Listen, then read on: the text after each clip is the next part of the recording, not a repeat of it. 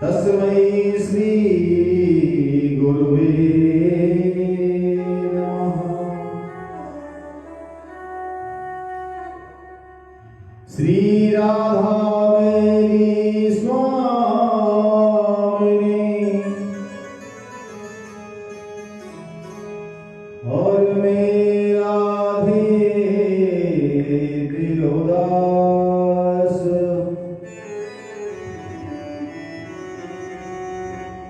जन्म जन्म मोहि दीजियो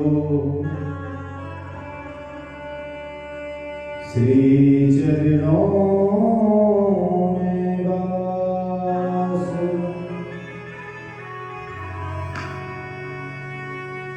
कृष्णाय वासुदेवाय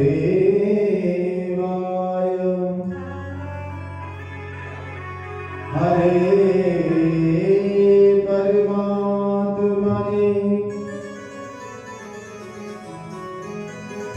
हृदय क्लेशनाशाय गोविंदाय नमो नमः।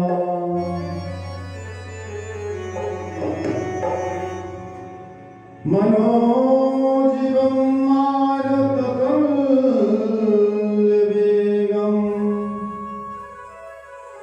जितेन्द्रियं बुद्धिमतां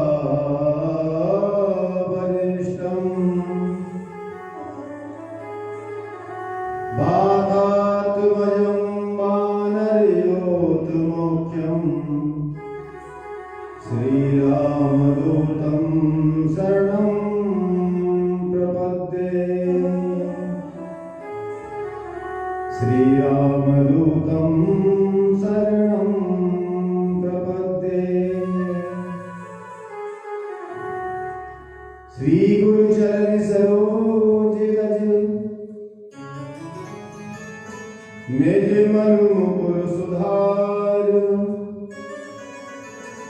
बरनउँ रघुबर विमल जसु जो दायक फल चार। बुद्धहीन तनु जानिके सुमरो पवन कुमार। बल बुध विद्या देहु मोहे हरहु कलेश विकार। जय हनुमान ज्ञान गुण सागर जय कपीस तिहुँ लोक उजागर। रामदूत अतुलित बल धामा अंजनी पुत्र पवन सुत नामा। महावीर विक्रम बजरंगी सुमति निवार सुमति के संगी। कंचन वरन विराज सुबेसा कानन कुंडल कुंचित केसा। हाथी वज्र और ध्वजा विराजे कांधे मूंज जनेऊ साजे। शंकर सुमन केसरी नंदन तेज प्रताप महारघुनंदन। विद्यावान गुणी अति चातुर राम काज करिबे को आतुर। प्रभु धरते सुनो मेरो रसिया राम लखन सीता मन सिया। सूक्ष्म धरि सियहि दिखावा विकट रूप धरि रंग जरावा। भीम रूप धरि असुर संहारे सिया राम मित काज सवारे। लाए संजीवन लखन जियाए श्री रघुवीर हर्ष उर लाए। रघुपति कीन्ही घोर बड़ाई तुम मोहि वर नहीं समाई। जैस बदन तुम रोर सिंगावे असित श्रीपति कंठ धरावे। संकालिक ब्रह्मादि मुनीसा नारद सारद सहित अहिंसा। जब कुबेर दिगपाल जाने कवि गोविंद के सखे खाने। तुम पुकार सुग्रीव कीना राम मिलाए राज्य पद देना। बोलो मंत्र विभीषण तुम्हारा लंकेश्वर मही सब जग राजा। जो सहस जो जग पर मारो लीलो धाय मधुर पद जारो। प्रभु मुद्रिका मिलिम कुमारी जलधि राम जय सिरधि नाय।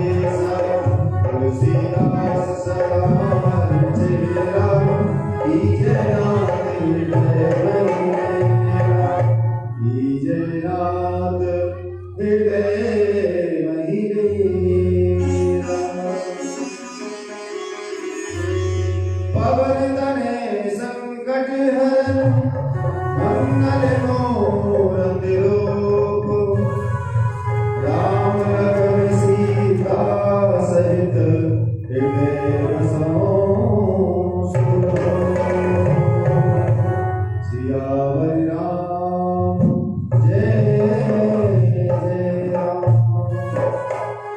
मेरे प्रभु राम जय जय राम।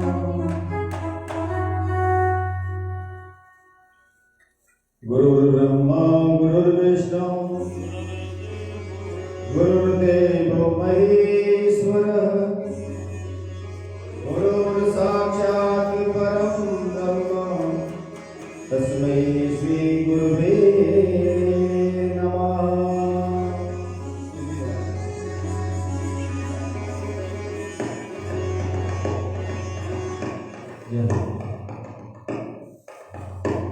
ध्यान मूर्ति गुरुमूलम् पूजा मूर्ति गुरुपदम् मंत्रमूलं गुरुर्वाक्यं मोक्षमूलं गुरुकृपा।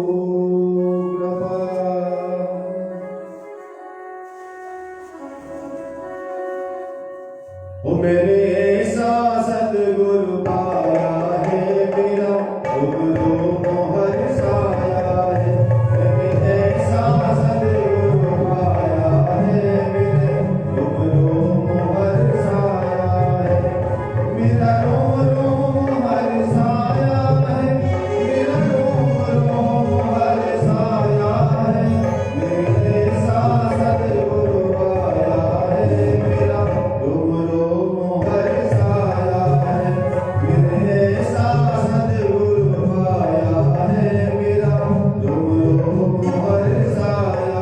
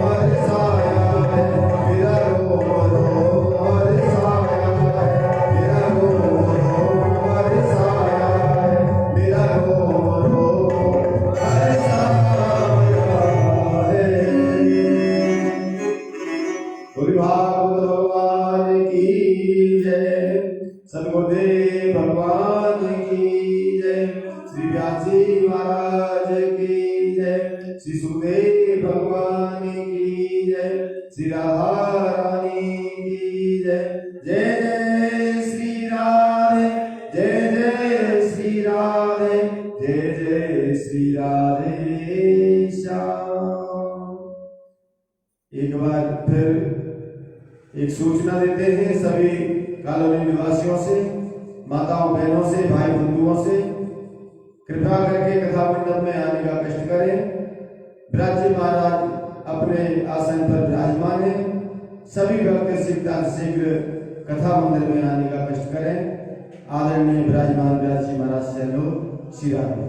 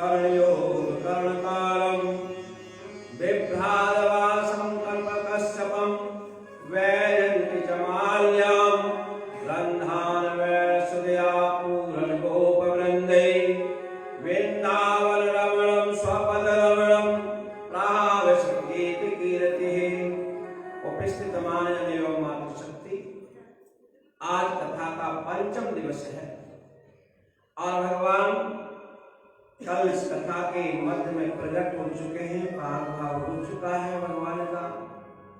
बाल गोविंद भगवान कहाँ मथुरा में जन्म लिया है और मथुरा में कारागृह भगवान अपने मामा की जेल में जन्मे हैं। तो भगवान के नाम का संकीर्तन गोविंद जय जय गोपाल जय जय गोविंद जय जय गोपाल जय जय राधा रमण हरि गोविंद जय राधा रमण हरि गोविंद जय गोविंद जय जय गोपाल जय जय गोविंद जय जय गोपाल जय राधा रमण हरि गोविंद जय राधा रमण हरि गोविंद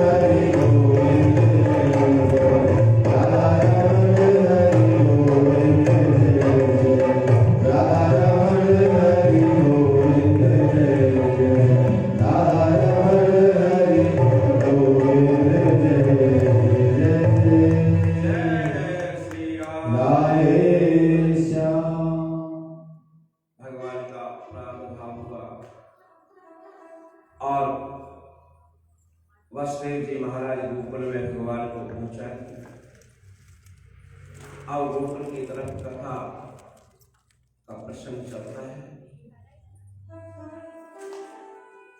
आज चारों तरफ बड़ा आनंद है।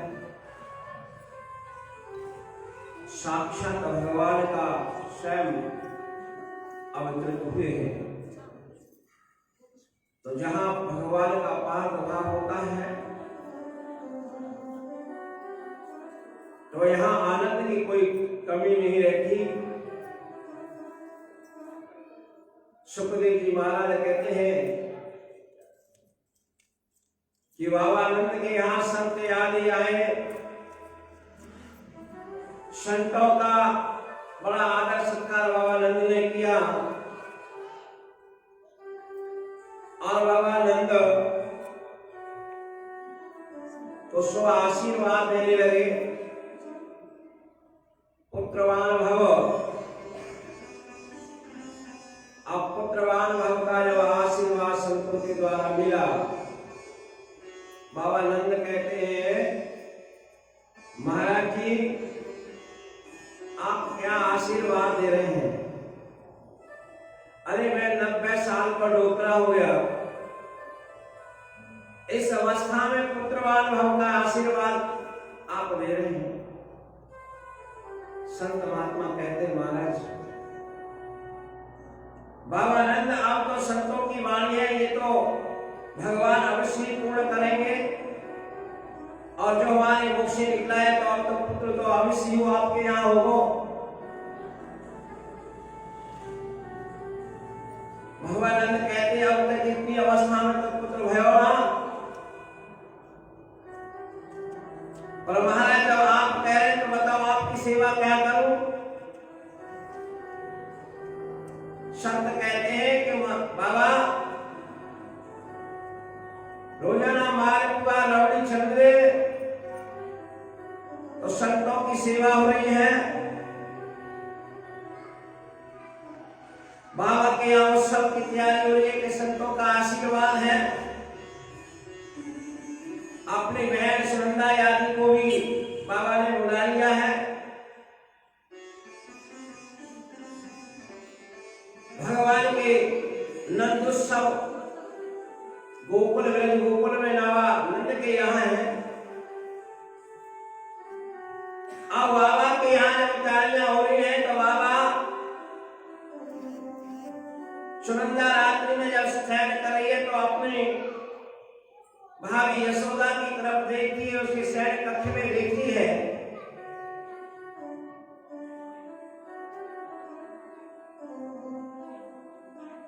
तो विचार करती है कि भाभी सो रही है, परंतु एक नन्हा सा बालक नीलमणि बालक खेल रहा है। सुनंदा जी गई, सब सोए पड़े हुए हैं। सुनंदा हल्ला मचाती हुई दौड़ती हुई भागी। सुनंदा कहती है गो। ब्रजवासी कहते हैं क्या हो गया? भाई कुछ नहीं हुआ। तो हल्ला क्यों मचा रही है? अभी बताऊंगी, इनाम तो मिलने दो। इधर बाबा नंद भी जप कर रहे भगवान का। एक ने पूछा बाबा कौन से भगवान का जप कर रहे, स्मरण कर रहे हैं? पर भगवान नंद बाबा इतने आनंदित हो रहे हैं, उन्हें नारायण के नाम का भी स्मरण नहीं रहा और केवल माला सखाते जा रहे हैं। अभी तो कुछ भयो ना, आगे की पता ना, अभी तो कुछ भयो ना, आगे की पता ना।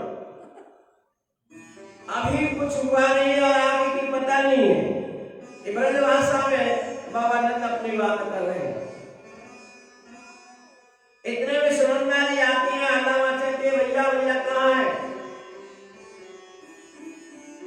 बता। अरे सुनंदा क्या बात है, जल्दी बता। सुनंदा कहती है बताऊंगी पर मेरा इनाम। बाबा नंद कहते हैं ये तिजोरी की चाबी पकड़ और जो भी निकालना है, जो भी जवाहरात रतन याद तेरे को लेना है, पर जल्दी बता। भैया भाभी के लाला है वो। अब ब्रजमंडल में लाला होने का समाचार पहुंच चुका। जय जयकार भगवान की होने लगी। नंद बाबा के यहाँ जय जयकार हुई। संत ब्राह्मण आए। ब्राह्मणों ने कहा, रे बाबा नंद, लाला के जन्मोत्सव की पूजा होगी, स्नान आदि करके यहाँ। तो बाबा नंद गए स्नान करने के लिए। 108 गोते यमुना मैया में लगा दिए बाबा नंद ने। और बाबा नंद यमुना मैया में स्नान कर रहे। मैया तेरे प्रसाद से मेरा बेटा भयो है। आए और वस्त्र पहनने लगे। तो एक वाला कहता है कि बाबा आपको अच्छी प्रकार से सजा रहा हूं मेरे को। अरे यार बुढ़ापे में क्या सजावा हो भैया। अरे ना तो बढ़िया देश में धोती निकाली और बाबा नंद को पहना दी बढ़िया सी धोती और वस्त्र पहनाकर। और बाबा के थोड़ा सा काजल लगाया। बगलबंदी धोती पहन के काजल लगाकर इत्र लगाकर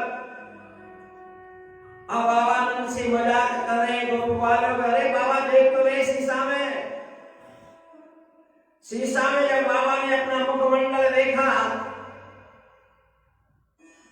तो बाबा बड़े आज आनंदित हैं, बड़े खुश हैं।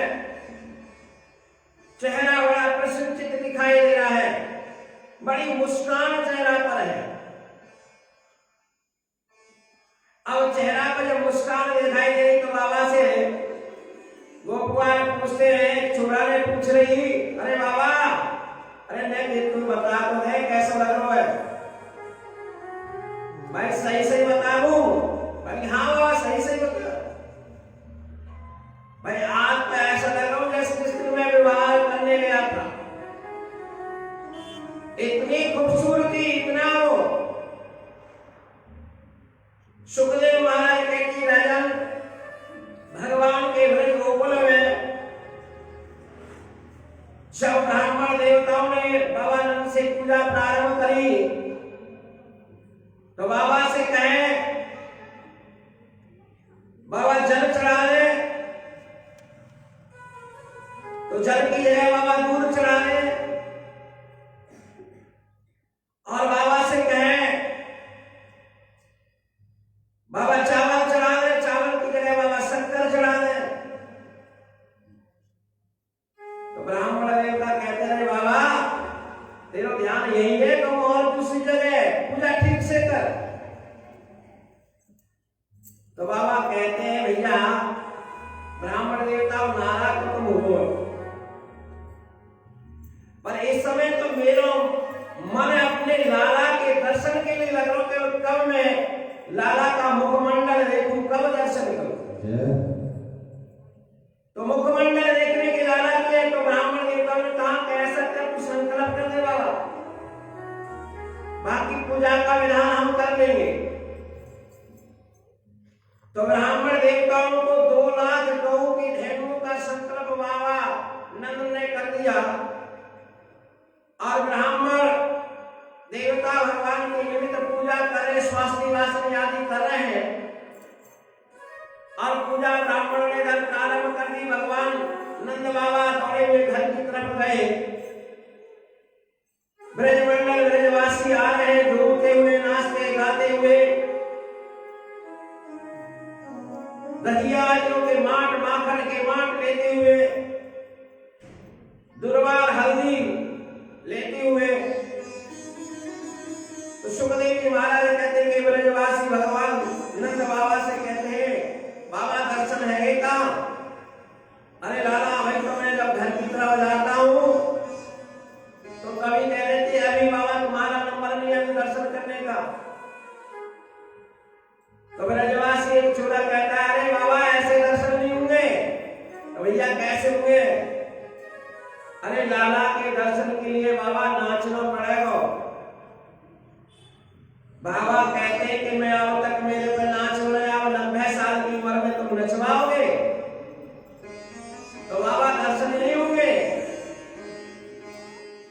अब दर्शन नहीं होंगे तो बाबा ने एक हाथ कमर पे रखा, एक अपने टोड़ी पर ठुमका लगाया बाबा ने जोर से।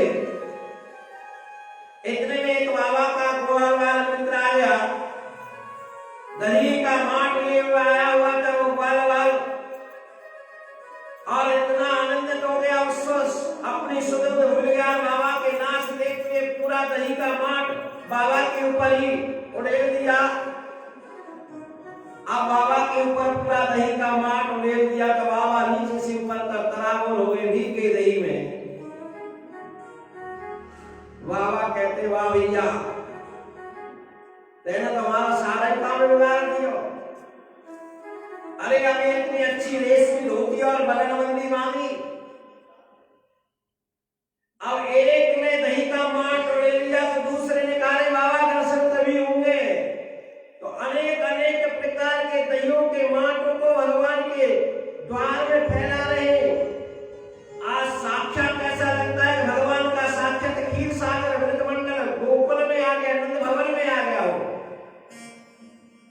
जैसे भगवान क्षीर सागर में सैर करते हैं वही क्षीर सागर नंद भवन में बहा रहा हो।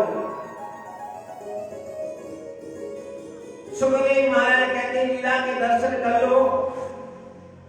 अनेक अनेक प्रकार के बाबा आभूषण दे रहे हैं। ब्रजधाम को पास भलो ही भलो, जहाँ पास बहे यमुना पटरानी। जो जगन्नाथ की ध्यान धरे, बैकुंठ मिले दिन को रजधारी। चारों वेद बखान करें और संत मुनि से गुनी मनमानी। यमुना यमदूतन तारत है, भवतारत है श्री राधिका रानी। हो ब्रज में है रे जय जयकार, नंद घर लाला लालो है।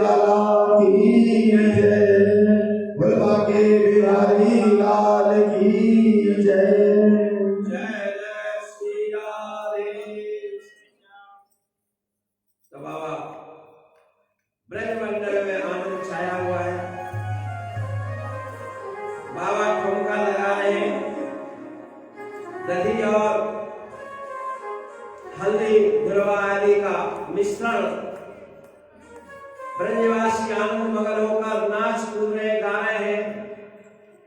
बाबा अनेक प्रकार की न्यौछावर मांगने वालों को दे रहे हैं। आज बाबा ने उदारता दिखा दी, उदार बन। बाबा इतने उदार बन गए कि दोनों हाथों से लुटा रहे हैं। ले जाने वाले आपस में बात करते हैं, पूछते हैं भैया तेरे को क्या मिला है? तो एक कहता है भैया मुझे तो चांदी के बर्तन मिले, लोटा खाली आई।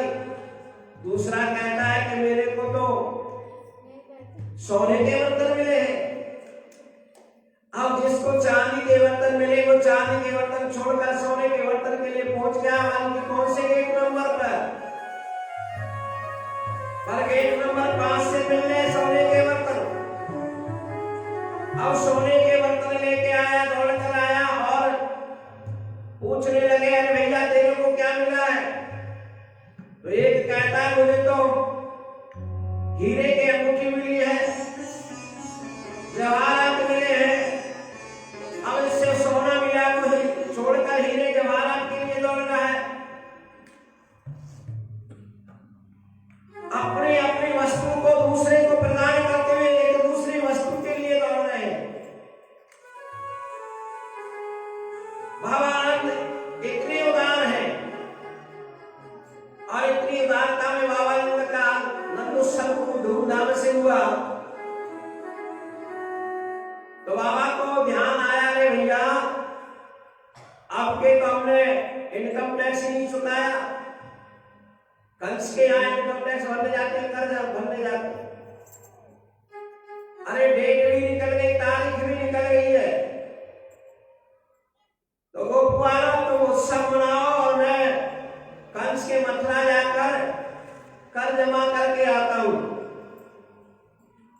तो बाबा नंद चले जाते हैं मथुरा में कंस के यहाँ टैक्स जमा करने के लिए।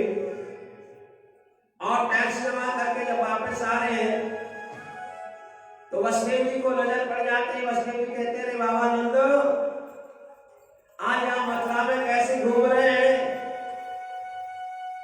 क्योंकि वसुदेव जी को तो पहली चिंता सता रही है कि कंस को मालूम लग गया कि ब्रज गोकुल में तेरा मारने वाला शत्रु पैदा हो गया है तेरा,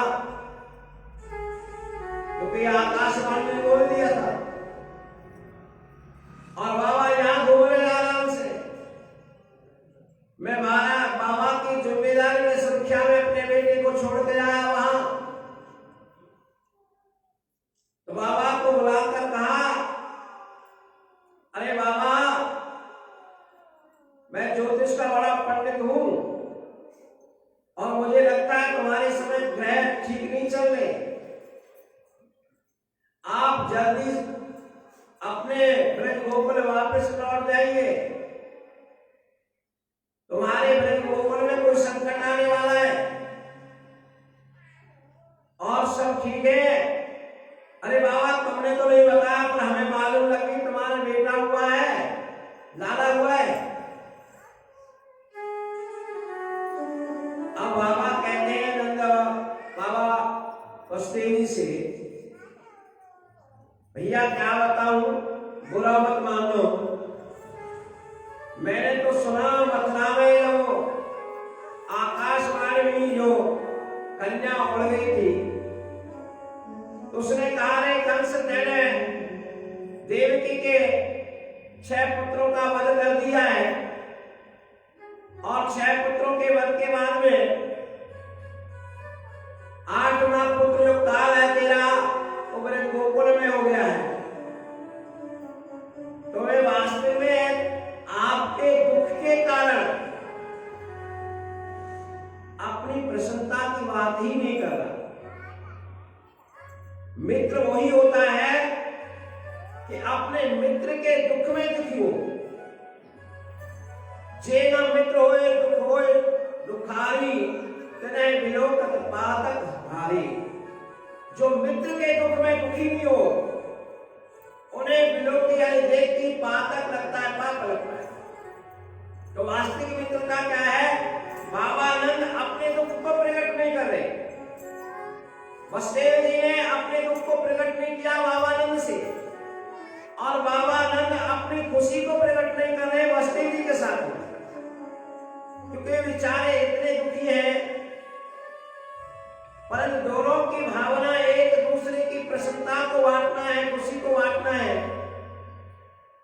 बाबानंद ने अपनी खुशी प्रकट नहीं करी, वसुदेव जी ने अपना दुख प्रकट नहीं किया।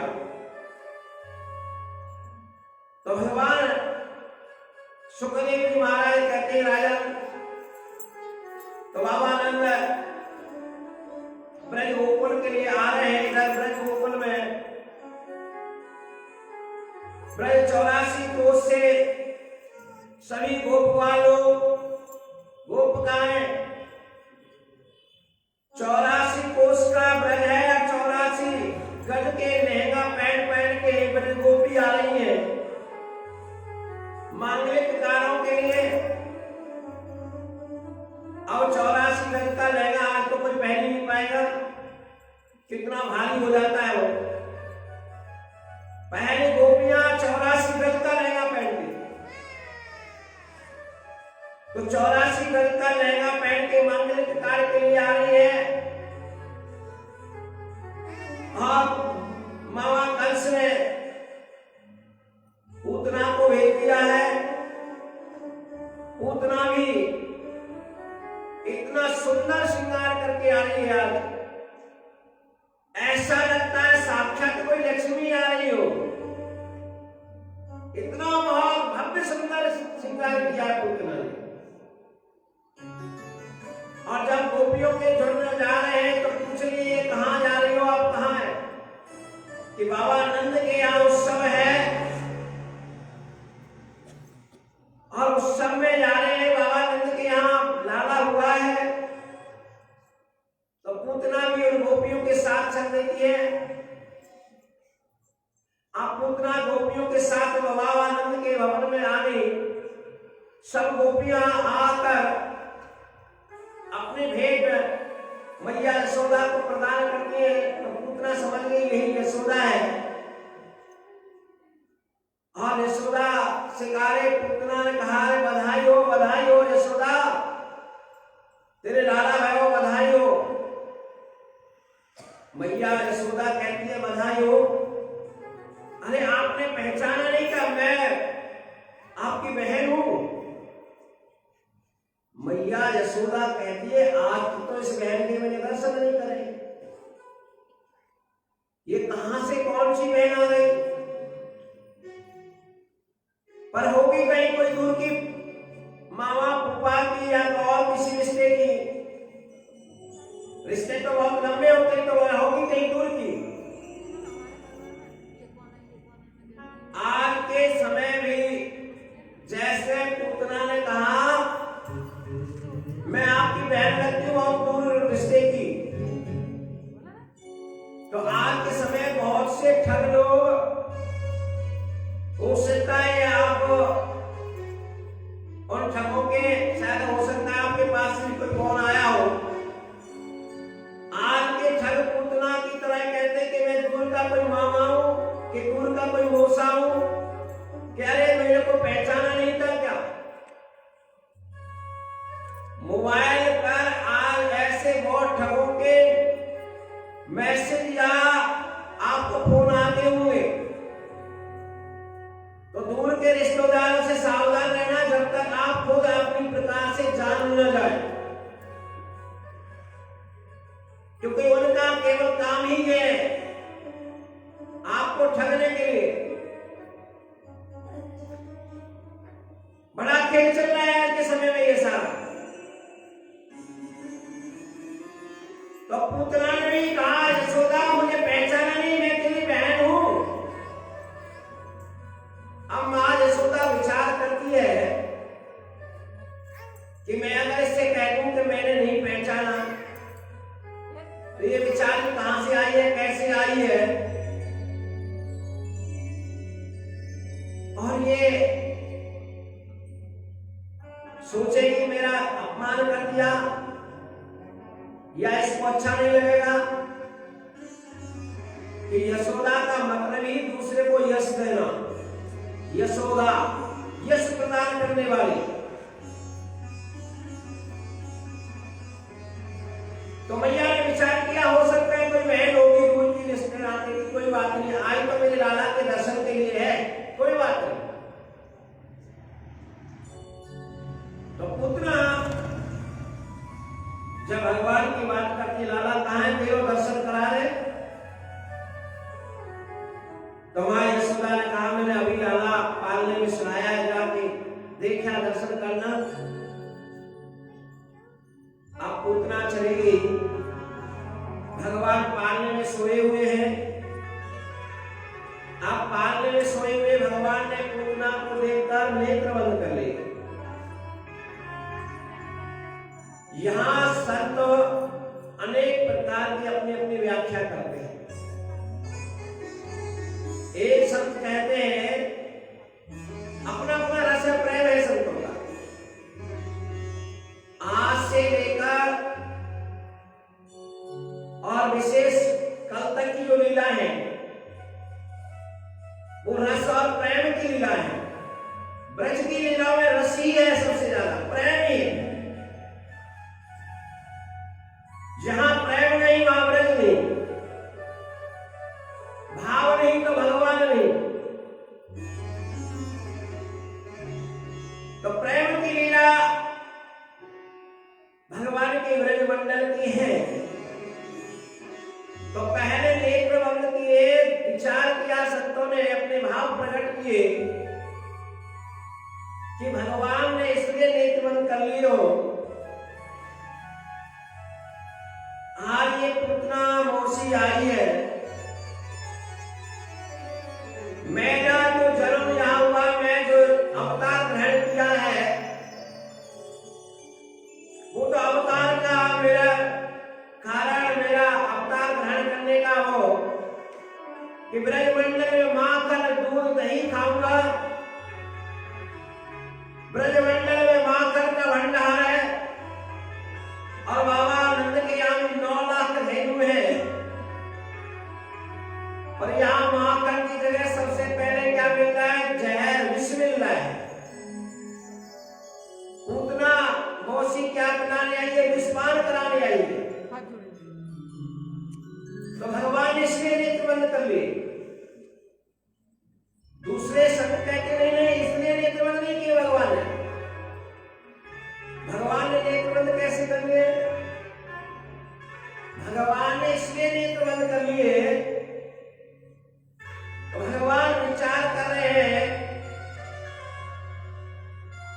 कि मैंने तो कभी विष का पान नहीं किया, मैंने देवव्रत पान किया है, और भोलेनाथ ही विषपान करने के अभ्यस्त है, आदत पड़ी है उनको। हो सकता है नेत्र बंद करके भगवान भोलेनाथ को बुला रहे हो कि भगवान आओ, आप सहयोग करो मेरी इस प्रथम लीला में। लीला का श्री गणेश होने वाला है। तीसरे सब कहते नहीं, इसलिए नहीं किया, बल्कि वे किसने नेत्र बंद किए कि देखे बिन होय न प्रीति और प्रीते बिन होय न प्रतीति। जब तक आप किसी को देखेंगे नहीं, पहचानेंगे नहीं, जानेंगे नहीं, तो आपका प्रेम नहीं, प्रतीति नहीं हो सकती। तो भगवान ने इसलिए नेत्र बंद कर लिए। अगर मैंने नेत्रों से नेत्र पूतना के मिल गए तो ऐसा नहीं कहीं इतनी सौंदर्य रूप धारण करके पूतना आई है और मेरे से प्रेम कर बैठी, तो कहीं पूतना मौसी का वध ही ना हो। क्यों नेत्र दो चार हुए तो प्रेम हो जाता है, इसलिए भगवान ने नेत्र बंद कर लिए।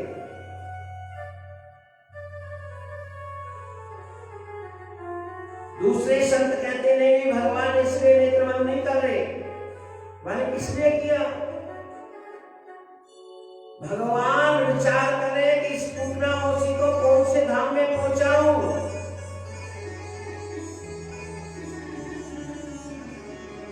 अब स्वर्ग की तरफ देखे तो वहां के इंद्र ने मना कर दिया कि भगवान ऐसी पुत्र धातनी वाली, विष बनाने वाली, रक्तपान करने वाली, अगर इस पूतना की जन्म कुंडली देखे तो एक भी शुभकामनी पूतना यानी शिशुओं का वध करने वाली पूतना, कोई पुत्र नहीं, अपने खुद के कोई पुत्र नहीं है, परंतु दूसरे के नवजात शिशुओं को ये छोड़ नहीं। अभी तक कितने को मार चुकी है, तो इसलिए नेत्र बंद करें। अब भगवान विचार करें कि सभी ने द्वार बंद कर लिए, पट बंद कर लिए, तो मैं इसको कहां पहुंचाऊं?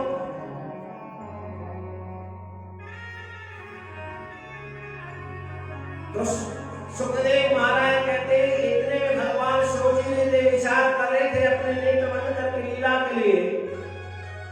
इतने में पूतना ने लाला को पालने से उठा लिया और अपने स्तनपान कराने लगी। भगवान स्तनपान कर रहे हैं। पहले तो स्तन पे जो विष लगा हुआ था, विष का पान किया, जहर का पान किया। दूसरा दुग्ध पान किया। अब दूध पान करने के बाद में जहर पान करने के लिए प्राणों का पान करने भगवान ने शुरू कर दिया। जब प्राणों का पान शुरू हुआ तो पूतना विकल होने लगी। पूतना चिल्लाई, मुच्छा मुच्छा, अरे मुझे छोड़ छोड़। भगवान कहते मौसी, या तो मैं किसी को पकड़ता नहीं हूं और पकड़ने को तो फिर मुझे छोड़ना नहीं आता, या तो मैं किसी को पकड़ता नहीं और पकड़ लेता हूं फिर मेरे पर छोड़ना नहीं आता। पूतना मौसी छुड़ाने की चिल्ला रही है, चिल्लाती है, तो पूतना ने अभी तो दिव्य रूप धारण करके आई, अप्सरा का रूप धारण कराई, पर अब पूतना ने वास्तविक रूप धारण कर लिया। वास्तविक रूप कौन सा? राक्षसी का विकराल, बहुत विशाल देह वाली पूतना। अब विशाल देह बन गई और भगवान ने अंत काल में उसने ऐसा पान किया, प्राणांत कर दिए। बोले गोविंदाय नमो नमः, बाल गोविंद भगवान की जय। पूतना कई कोस के वन को नष्ट कर गई, वृक्षों को तोड़ गई। अब ऐसी धड़ाम सी आवाज हुई तो पृथ्वी में कंपन हो गया, पृथ्वी कांपने लगी। हर बार मैया यशोदा पालने की तरफ दौड़ी। देवे को कहीं भगवान दिखाई नहीं दे रहे, रोती निकलती आवाज लगाती हुई बार बार भी चिंतित हो गए कि बाबा हमारे भरोसे छोड़ के गए थे भगवान को, लाला को, और कहां ढूंढते नहीं हुए तो गोकुल से बाहर भगवान दिखाई दिए। पूतना के पक्षस्थल पर बैठे हुए हैं। बड़ी मनोहर झांकी है भगवान की, वाले गोविंद की। उस झांकी का दर्शन स्वयं परीक्षित जी कर रहे हैं और गुरुदेव सुखदेव महाराज जी कर रहे हैं। इस झांकी का दर्शन करके यशोदा मैया पहुंच जाती है। सबसे पहले अपने लाला को ले लिया, आंचल में लपेट लेती है और आंचल में लपेट कर अपने बाद सबसे पहले मैया ने एक ही काम किया, अपना स्तर लाला के मुखार में लिया। मुखार में से दूध पान लाला जब करने लगे तो मैया को संतोष हो गया कि लाला ठीक है, किसी प्रकार कोई दिक्कत नहीं, कोई नुकसान नहीं है। इतने में महाराज नंद बाबा भी आ गए। नंद बाबा को सब समाचार सुनाया। ब्रजवासी आप अपनी अपनी आपसे बातचीत कर रहे हैं। कोई कह रहा है कि ये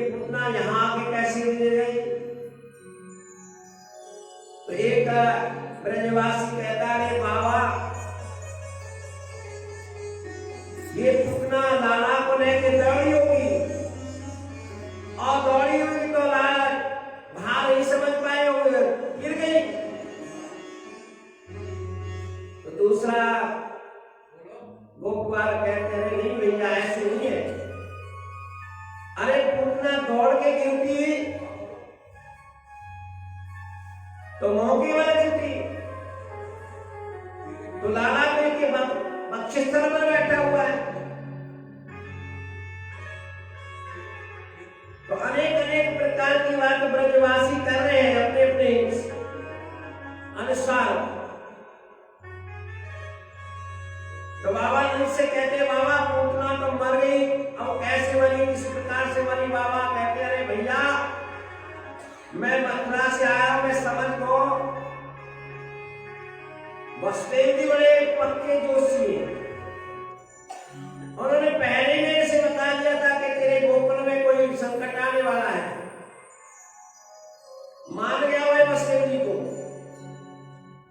क्योंकि वसुदेव जी झूठ नहीं बोलते। तो मैंने नारायण का जप तभी से शुरू कर दिया। तो गोपाल कहने लगे बाबा ये तेरे भजन के प्रताप से पूतना मरी है। एक ब्रजवासी कहता बाबा ऐसे पूतना मर तो गई, पर ये गोकुल मथुरा का रास्ता जाम कर गई, क्योंकि वृक्ष टूटे पड़े हैं। तो बाबा ने कहा भैया अब क्या किया जाए?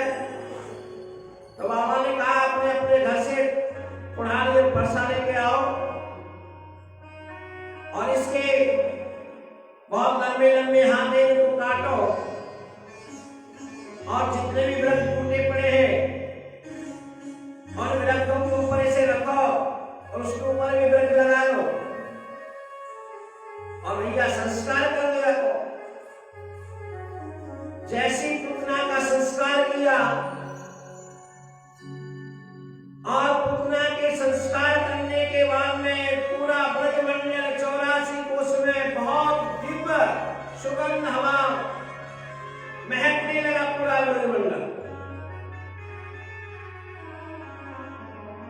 सुखदेव जी से परीक्षित जी ने पूछा महाराज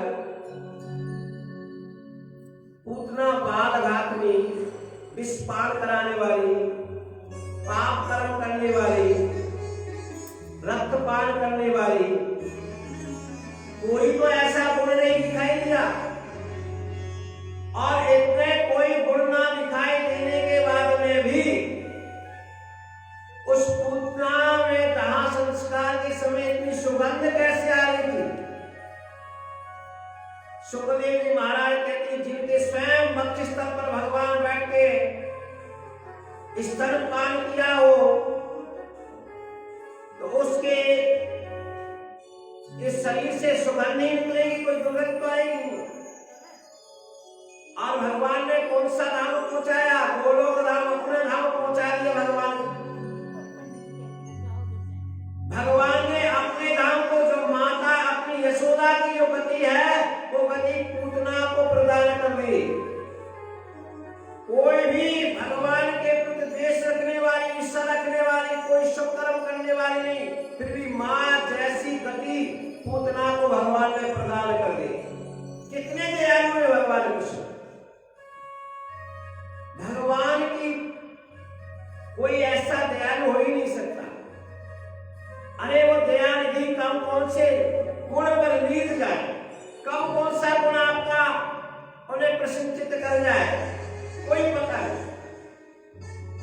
अगर कोई ये देखे कि कर्म के अनुसार से फल मिलता रहेगा तो कर्म तो कभी आदमी के समाप्त होते ही नहीं, क्योंकि कभी वो अच्छा करेगा कभी बुरा करेगा तो उसका तो जन्म होता ही रहेगा, तब मुक्त होगे नहीं। भगवान तो उस पर कृपा दृष्टि कर देते हैं तभी प्राणी मोक्ष को प्राप्त हो जाता है, भगवान की शरण में चला जाता है, तभी मोक्ष प्राप्त होता है। सुखदेव जी महाराज कहते कि पूतना का वध हुआ और पूतना को भगवान ने अपनी गति प्रदान कर दी। मां यशोदा ने भगवान को पंचगम से स्नान कराया। पंचगम में गोमूत्र है, गोबर है, गो दूध है, गो दही स्नान कराया और मैया ने स्नान आदि करा के स्वास्थ्य वाचन कराया। स्वास्थ्य वाचन आदि भी कराने के बाद में मेरे बालक को पूतना जैसे बाल धातु ने स्पर्श किया है, कहीं कोई नजर न लगे हो। तो भगवान ने अपने बालक अपने लाला की नजर उतारने के लिए गौ की पूंछ से झाड़ा लगाया। गौ की पूंछ से 8 मंत्रों के द्वारा भगवान ने झाड़ा लगाया। आज भगवान के मंत्रों से भगवान को झाड़ा लग रहा है, भगवान की नजर उतर रही है। भगवान की नजर भगवान के मंत्रों के द्वारा ही मैया यशोदा अवतार रही है। सुखदेव जी महाराज कहते इस प्रकार से उतना को अवतार करके एक दिन मैया लाला को पाले में लिटा दिया और लाला मैया को देखकर मुस्कुराने लगे। तो मैया बहुत खुश हो गई और मैया ने ब्रजमंडल में मांगलिक कार्य के लिए गोपियों को गाने गाने के लिए गीत गाने के लिए बुला लिया।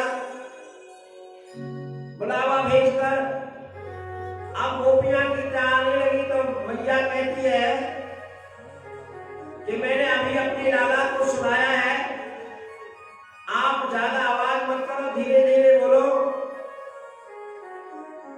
तो गोपियां कहती है सुन यशोदा, हम यहाँ धीरे बात करने नहीं नाचने और गाने के लिए आए। अगर तेरे लाला को जगने की ऐसी बात थी तो तेरा हमें बुलाया तो यशोदा मैया कहती है चलो, एक गाड़ी थी, उस गाड़ी के नीचे भगवान को पालने में लेटा दिया और इधर उधर बर्तन रखे, वो गाड़ी में बर्तन रख दिए और गोपियां नाच कर गाने लगी। भगवान देखते हैं कि हमारे ही गीत गा रहे हैं, हमारे लिए गीत गा रहे हैं, पर हमारी कोई सुन ही नहीं मेरा। हम गोपियां गीत गा रही हैं पर भगवान रुदन कर रहे, रहोगे भी नहीं। किसी ने सुना क्योंकि गोपियां तो आनंद मस्त अपना गीत गा रही हैं, नाच रही हैं, कूद रही हैं। भगवान रुदन करके ही थक गए। एक समय सत्तासुर नाम का एक दैत्य आया, वो गाड़ी पर भार बढ़ाने लगा। भगवान ने विचार किया, हमारे मामा ने दूसरा खिलौना भेज दिया। अब भगवान खेलते हुए अपने दाहिने पैर का जोर से अंगूठा मारा उस गाड़ी में और गाड़ी धमाम तमाम हो गई। सत्तासुर का भी गोविंदाय नमो नमः, बालो बालो गोविंद भगवान की जय। सत्तासुर का भी लीला समाप्त कर दी गोविंद भगवान ने। अब धड़ाम सारे बर्तन टूट गए रखे हुए। मैया लाला को देख के, लाला सुरक्षित है। मैया ने विचार किया, ना तो कोई बहुत तेज हवा चली, आंधी तूफान आया, ना इधर से कोई बैल आदि निकला, सांड आदि निकला, पर ये गाड़ी कैसे टूट गई। गोपाल कहती मैया हम बतावे। हाँ बताओ क्या बात है। मैया तेरे लाला ने जोर से अंगूठा मारा, गाड़ी टूट गई, सबका भागन हो गया। मैया कहती है अरे ये कुत्ते हो, तुमने कोई भांग खा रखी है? 4 दिन को मेरा लाला और अंगूठा से गाड़ी, इतनी बड़ी गाड़ी तोड़ देगा। और भैया हमारी बात सही है, हम सही कह रहे हैं। पहले लाला बहुत जोर से रो रहा, तुमने कहा हमने सुनी नहीं लाला का रुदन। तो लाला गुस्सा आया और लाला ने एक ठोकर मारी गाड़ी में, गाड़ी तोड़ दी। पर किसी भी ब्रजवासी ने, गोपियों ने उन बच्चों की बात नहीं मानी। वो समझ गए तो वैसे बच्चे। सुखदेव जी महाराज कहते हैं एक दिन मैया अपने कान्हा को दूध पान कराई और दूध पान करा के बड़ी आनंदित हो रही है माँ। माँ की तो ममता बहुत ही होती है। माँ अपने बालक के साथ, अपने कन्हैया के साथ, लाला के साथ खेल भी रही है। कन्हैया देख के कभी मुस्कुराता है, कभी दुख पार करने लगता है। और इतने में त्रिनावत नाम का एक राक्षस आ गया। तो भगवान की नजर पड़ा त्रिनावत, तो भगवान ने कहा रे हमारे लिए मामा ने बड़ा खटोला भेजा है, पर मैया उतारेगी नहीं, ये कैसे ले जाएगा। तो भगवान ने कौन सी बाल लीला करी, भगवान ने अपना वजन बढ़ाना प्रारंभ कर दिया। भगवान बाल गोविंद ने अपना वजन बढ़ाना प्रारंभ कर दिया। अब माँ तो अभी तक माँ उछाल रही थी, कूद रही थी बाल गोविंद के साथ, लाला के साथ में, पर अब लाला ने अपना वजन बढ़ाया तो क्या किया, मैया को घास समान दिखाई पड़ने लगा। मैया विचार करने लगी, आज प्यारे अभी तो मैं लाला को उछाल रही थी, अभी तो ठीक है, पर इतना वजन कैसे बढ़ गया। मैया विचार ही कर रही थी। भगवान ने मोहिनी माया को मोहित किया मैया को। मैया विचार कर रही है, दोबारा दूसरा विचार मैया के जहन में आ गया, दिल में आ गया। मैया सोच रही है लाला ने दूध ज्यादा पी लिया है, इस कारण से मुझे भारी लग रहा होगा। नहीं तो मैया विचार करती मेरा बालक तो फूल जैसा है। वास्तविक में माँ को अपने बच्चे से कोई वजन नहीं लगता कभी। तो माँ यशोदा ने कन्हैया को उतार लिया और खिलौने दे दिए कि कुछ खेलेगा कूदेगा तो हल्का हो जाएगा इसका वजन। और अपने घर के काम धंधों में मैया लग गई।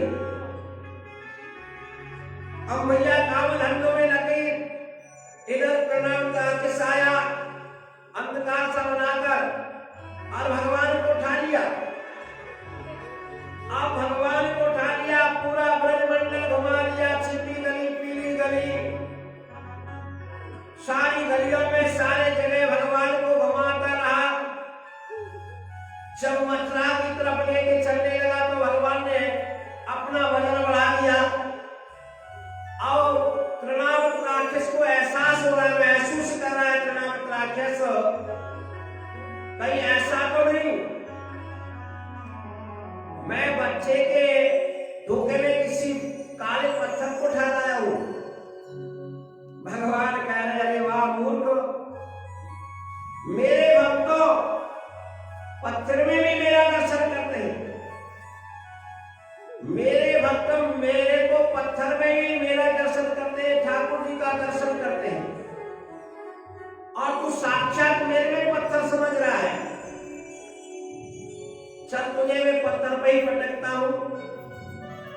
भगवान ने और वजन बढ़ाया, जोर से वजन बढ़ाने के कारण त्रिनावत राक्षस की सांस फूलने लगी। भगवान ने एक पत्थर पर उसको पटक दिया और उसकी भी लीला समाप्त कर दी। गोविंदा नमो नमः हो गया। परिवार गोविंद भगवान की जय।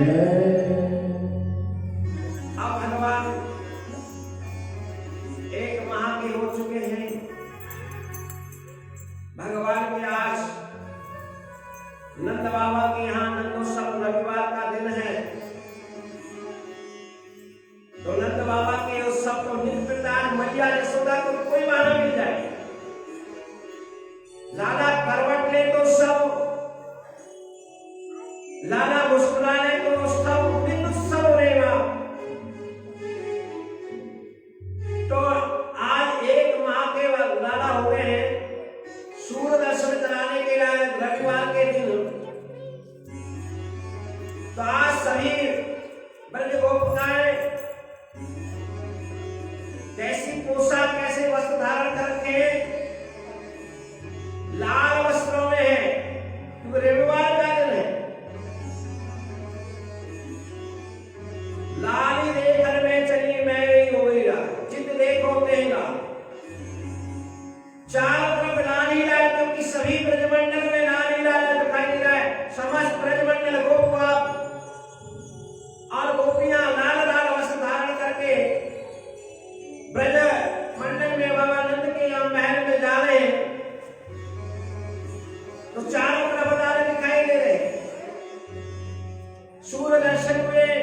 उत्सव मनाया गया। ब्रज में नित्य उत्सव हो रहे हैं। लाल ही लाल के लाल ही लोचन, लालन के मुख लाल ही लीला। लाल बनी कट कचरी लाल की, लाल के शीश पे लाल ही चेहरा। लाल ही बाग बने अति सुंदर, लाल खड़े यमुना जी के तीरा।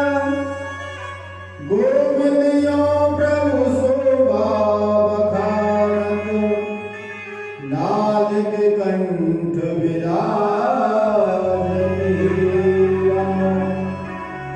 लाल के कंठ विराज हीरा।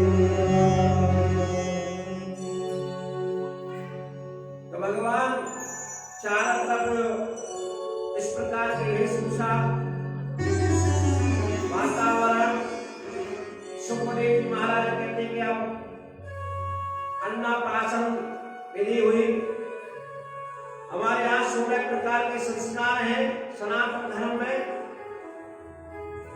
गर्भाधान से लेकर मरण तक तो प्रत्येक संस्कार भगवान का हुआ। अन्नप्राशन की तैयारी हुई।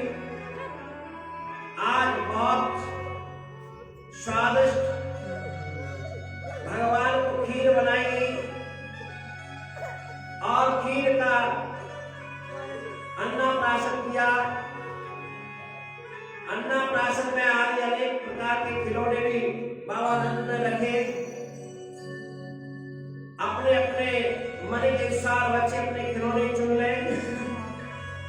तो सबने अपने अपने खिलौने के लिए बलराम जी ने हाथ उठा लिया, किसी ने और कुछ नहीं लिया। भगवान के परम प्रिय सखाए मधुमंगल बाबा के पास आकर कहते, बाबा इसमें तो लड्डू तो दिखाई नहीं पड़ रहे। तो बाबा हंस गए। बाबा ने कहा, मधुमंगल ये खिलौना है, यहाँ लड्डू नहीं है। तो सुखदेव महाराज कहते, इस प्रकार की विभिन्न लीला है ब्रज गोकुल में, बाल लीलाओं का आनंद है। अब वसुदेव जी ने विचार किया, भगवान 1 साल के हो गए, अब कैसे हुए, कितने हुए, नामकरण संस्कार आदि हुआ या नहीं हुआ। तो आप गंगाचार्य मुनि से कहा कि आप जाइए ब्रजमंडल में, गोकुल में, और मेरे दोनों बालकों को देख के आइए और उनका नामकरण संस्कार करके आए। तो ब्रज में गंगाचार्य आ गए। तो गंगाचार्य जी यदुवंशियों के आचार्य हैं, पुरोहित हैं। गंगाचार्य जी आए और बाबा नंद से मिले। बाबा नंद ने बड़ा आदर सत्कार किया, बहुत स्वागत बड़ी प्रकार से बाबा नंद के यहाँ गंगाचार्य जी का हुआ। गंगाचार्य से बैठा कर बाबा कुशल खेम पूछते हैं। कुशल खेम के साथ में बाबा कहते हैं, महाराज मेरे 2 बालक हैं और जब से छोटा बालक भयो है तब से तो महाराज मेरे ब्रज में रोजाना उत्पात हो गए। कोई ना कोई रोजाना उत्पात होता है। अरे बाबा थोड़ा तो ग्रहण के तुम देख लो। तो गंगाचार्य जी कहते हैं, बाबा ग्रहण के तुम देखे, बताओ क्या नाम है, क्या राशि है। बाबा नंद बड़े सरल है। बाबा नंद ने कहा, भैया मैंने तो अभी तक नामकरण संस्कार तो कराए हुए। गंगाचार्य कहते हैं, बाबा कमाल कर दिया आपने, 1 साल के बालक है, अभी तक नामकरण संस्कार ही नहीं हुआ। अरे महाराज जी उस समय में आनंद में तो सब कुछ भूल लो। तो बाबा से गंगाचार्य से बाबा ने कहा कि महाराज जब आप आएंगे तो आप ही नामकरण संस्कार कर दें। तो गंगाचार्य कहते हैं, बाबा हम आपके आपके पुत्र का नामकरण संस्कार तो कर देंगे, पर आपको मालूम है कि मैं यदुवंशियों का प्रवक्ता हूं और कंस उसी दिन से परेशान है जिस दिन से आकाशवाणी हुई है। अगर मैंने गर्गाचार्य कहती कि मैंने आपके नामकरण किया बच्चों का और ये बात कंस को पहुंच गई तो बाबा आपको बहुत आपत बहुत दिक्कत हो जाएगी। तो फिर क्या करें? गर्गाचार्य ने कहा कि ऐसा करते कि किसी को कानों कान पता न लगे, केवल मैं और आप यशोदा रोहिणी यही हो। बाबा ने कहा ठीक है महाराज जी, आप ऐसा है जहां मेरी गौशाला है खिड़क है वहां पहुंचिए, मैं बच्चों को लेके आता हूं। तो मां यशोदा और रोहिणी को दोनों को सूचना भिजवा दी बाबा ने कि दोनों बालकों को गौशाला खिड़क में लेकर आ जाए। तो मां यशोदा और रोहिणी अपने दोनों जा रही हैं बच्चों को लेकर। मां यशोदा कहती है रोहिणी से, बहन मैंने सुना है ये बाबा बड़ा सिद्ध है, ये बाबा सब कुछ भविष्य भूत वर्तमान सब जानते हैं। आज इस बाबा के परीक्षा क्यों ना ले ले दोनों के दोनों? मानी ठीक है, कैसे? मानी ऐसे करते हैं कि तू मेरे पुत्र को ले ले, मैं तेरे पुत्र को ले ले तुम गोदी में। अगर ये बाबा ने बता दिया कि ये किसका पुत्र है तो समझ लेंगे पक्का पंडित है। तो दोनों रोहिणी और मां यशोदा पाटला पृथ्वी जहां गौ रहती थी गौशाला में खिड़क में पहुंच गई। पहुंची, दंडवत प्रणाम किया और वहां बैठी। तो बैठते ही दृष्टि लग पड़ी गर्गाचार्य की। गर्गाचार्य की दृष्टि पड़ती भगवान बाल गोविंद और बलराम जी पर। तो भगवान के साक्षात दर्शन करते हुए, नारायण के दर्शन करते हुए गर्गाचार्य के नेत्र खुले के खुले रह गए, समाधि लग गई। ना तो नेत्र बंद हो रहे हैं, ना बाबा हिल रहे हैं, डुल रहे हैं। मां यशोदा बहुत देर तक सोच विचार करती रही, कहीं बालकों के ग्रहण नेत्र देख रहे हो, बाबा कुछ ललाट की लकीर पढ़ रहे हो। तो बाबा जब बहुत देर घंटों का समय व्यतीत हो गया तो उसकी तरफ संकेत किया रोहिणी की तरफ कि बाबा तो ना बोल रहे हैं ना चाल रहे हैं, आंख खुली की खुली है। तो क्या बात है? देख रोहिणी की विचार करके देखते कि बाबा की तो सांस रुकी हुई है। तो रोहिणी कहती है बहन बाबा की तो सांस रुकी, लगता है बाबा तो चले गए लगे। मां यशोदा कहती है या बुढ़े बाबा मेरे यहाँ आके कलक लगाना था क्या? अरे मरना तो कहीं दूसरी जगह जाके मर जाता। मां यशोदा पहले पुकारती है, कहती है बाबा अरे बाबा। बाबा नहीं सुनते तो मां यशोदा हाथ से कुछ हिलाती है, बाबा को होश आता है। हाँ यशोदा जी बोलो क्या कह रही हैं? अरे बाबा ये बच्चों का नामकरण संस्कार, अरे मैं नाम ही तो खोज रहा था। वाह बाबा 1 घंटा में अगर नामकरण संस्कार तुम नाम एक का नाम खोजा तो दूसरे के कितने देर लगेंगे? बाबा सावधान हुए, भगवान के दर्शन हुए करते हुए बाबा ने देखा अरे हमारी कहीं परीक्षा तो नहीं हो रही।